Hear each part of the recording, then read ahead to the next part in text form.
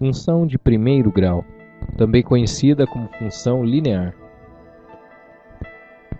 A função de primeiro grau tem como equação geral a equação y igual a vezes x mais b. Toda função de primeiro grau terá como gráfico uma reta, ok?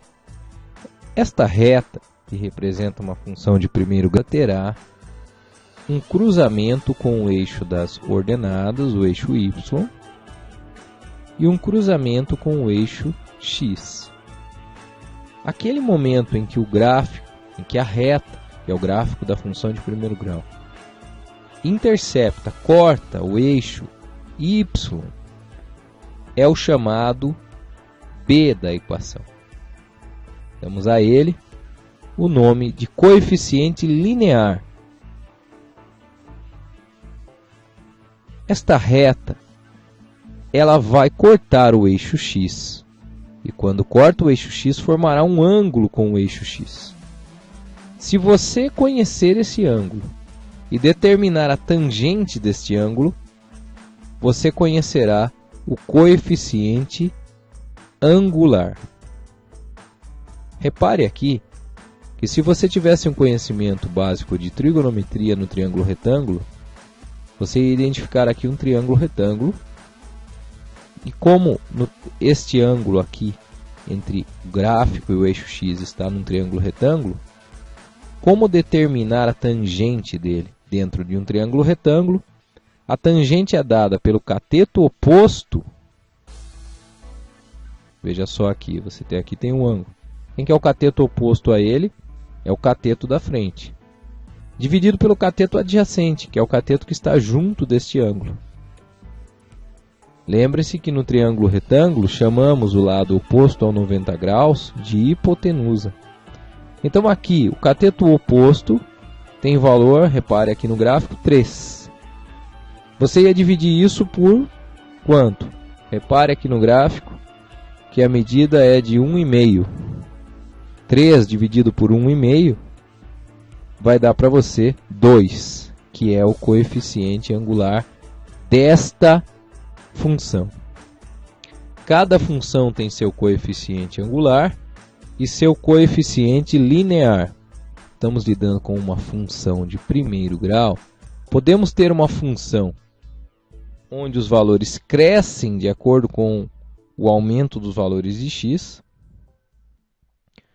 ou uma função onde os valores decrescem conforme aumentamos os valores de x. Repare aqui, quanto mais alto o valor de x, menor é o valor de y. Isso vai mostrar para você se a função é crescente ou decrescente. Quando os valores de y aumentam conforme você aumenta o valor de x, você vai ter uma função crescente. E caso contrário, você vai ter uma função decrescente.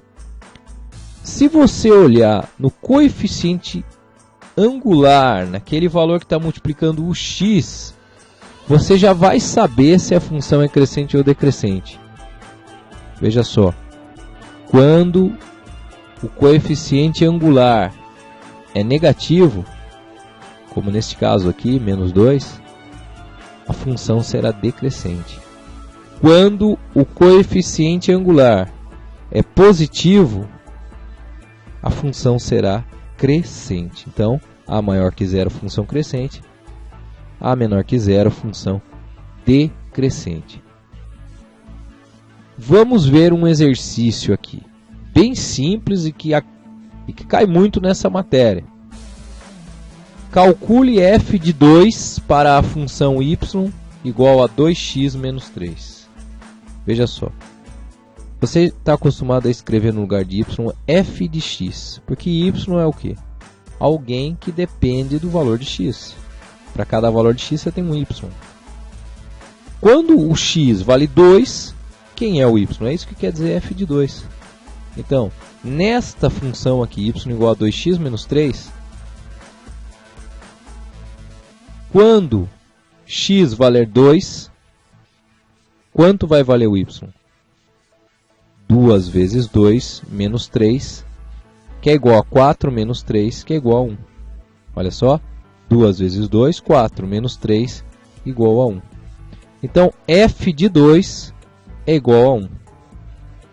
Isso é o que significa f de 2. Agora, se fosse f de 3, f de 4, f de 20, você não ia ter que ter dificuldade.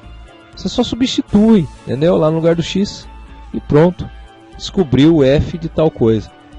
Repare que neste caso, a é maior que 0 e temos uma função crescente.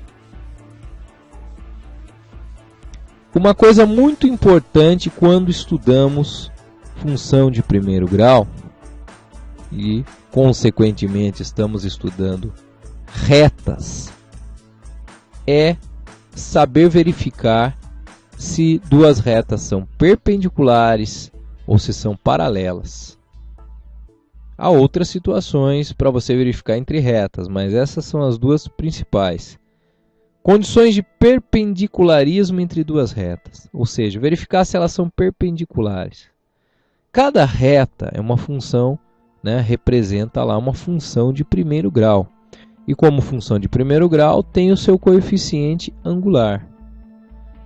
Se você tem duas retas, você tem o coeficiente angular de uma delas e da outra. Vamos chamar de A1, o coeficiente angular de uma reta, e A2, o coeficiente angular da outra reta.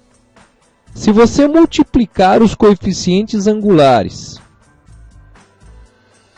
e o resultado der menos 1, neste caso aqui, você terá perpendicularismo entre as duas retas.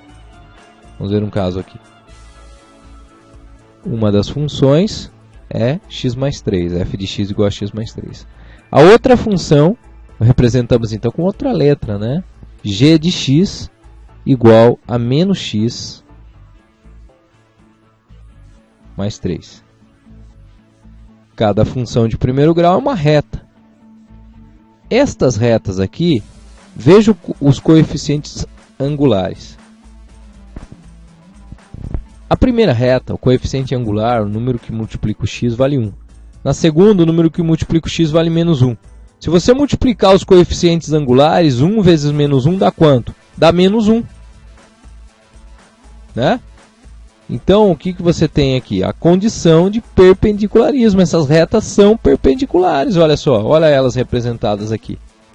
Repare que as duas cortam o eixo y no ponto 3, porque o coeficiente linear é aquele ponto onde a reta corta o eixo y, tá? Você pega uma equação, você tira tudo que é x dela, aquele termo independente, ele sempre indica para você o ponto em que o gráfico corta o eixo y. Só que além disso, além de cortarem o eixo y no mesmo ponto, essas retas ainda têm algo de especial entre elas. Formam 90 graus entre elas. Isso é ser perpendicular. Isso é duas retas serem perpendiculares. E se você quisesse verificar se duas retas são paralelas, condições de paralelismo entre retas. Aí, veja bem, para duas retas serem paralelas, elas nunca vão se encostar. Então, o ângulo que elas formam com o eixo x tem que ser o mesmo. E, consequentemente, a tangente deste ângulo será a mesma.